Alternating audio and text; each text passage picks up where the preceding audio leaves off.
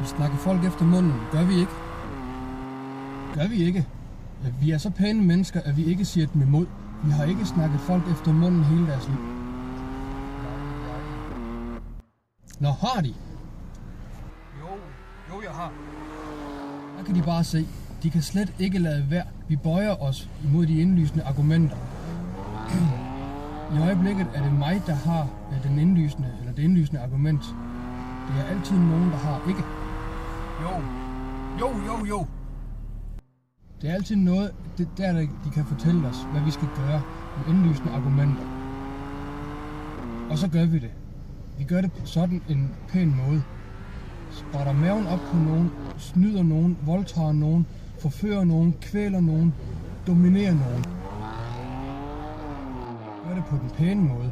Vi skal forblive overbevist med indlysende argumenter, og fordi vi kan lide ikke. Danmark er fuld af pæne mennesker, ikke også? Jo. Skandinavien er fuld af pæne mennesker. Europa, Asien, Amerika, hele jorden er fuld af pæne mennesker.